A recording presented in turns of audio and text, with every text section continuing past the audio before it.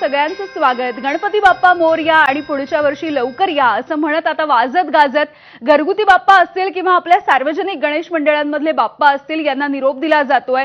मुंबई, पुणे, नाशिक, नागपूर, कोल्हापूर या सगळ्या सोबत देशभरामध्ये सुद्धा लाडक्या गणपती बाप्पांना आजच्या दिवशी निरोप देण्यासाठी मोठी गर्दी उसळलेली बघायला मिळते। आपल्याला माहिती आहे पुण्यामध्ये, मुंबईमध्ये अगदी सकाळपासून या विसर्जनाच्या मिरवणुका सुरू आहेत, ज्या अगदी उद्यापर्यंत सुरू राहतील। मुंबईतला लालबागचा राजा असेल, गणेश गल्लीचा राजा असेल, हे सगळे मार्गस्थ झालेत। तिकडे पुण्यामध्ये मानाच्या गणपती बाप्पांचं विसर्जन झालंय। हा सगळा उत्साह तुमच्यापर्यंत पोहोचवतोय। आता आपण थेट जाऊयात मुंबईच्या प्रसिद्ध अशा गिरगाव चौपाटीवरती। आमचे प्रतिनिधी अश्विन बापट आपल्या सोबत आहेत। आपण थेट जाऊयात गिरगाव चौपाटीवरती। प्रशासनाचा सुद्धा तितका चोख बंदोबस्त आणि यामध्ये वेगवेगळे जे गणपती बाप्पा आहेत या सगळ्यांना वाजत गाजत आणि त्यांच्या मूर्तींचं विसर्जन करण्यासाठी हे सगळे सध्या सज्ज झालेले आहेत। थेट जाऊयात अश्विन। धन्यवाद यामिनी। आणि माझ्या मागे आपण बघताय विशाल पसरलेला समुद्र आणि त्यासोबतच म्हणजे दोन समुद्रांचं दर्शन इकडे आपल्याला होईल। खरं तर एक तर पाण्याचा जलसागर आणि दुसरा आहे तो जनसागर किंवा भक्तिसागर आपण म्हणूया त्याला।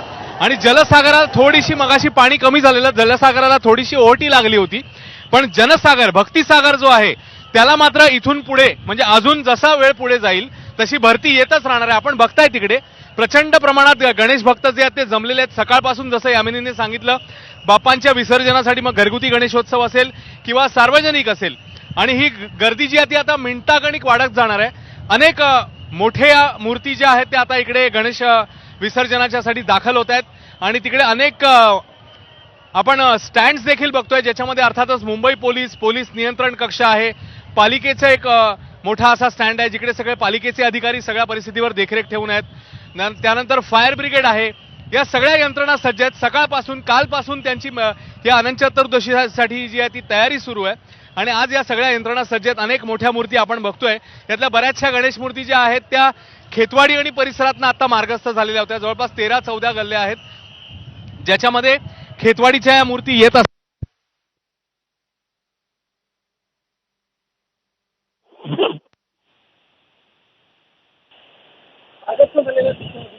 मार्गस्थ विसर्जनासाठी आणि वरुणराजाने देखील हजेरी लावलेली होती। पाऊस देखील आलेला होता, मात्र हा भक्तांचा पाऊस तो पाऊस थांबलाय, पण हा भक्तांचा पाऊस जो आहे तो पडतच राहणार आहे इकडे गिरगाव चौपाटीवर।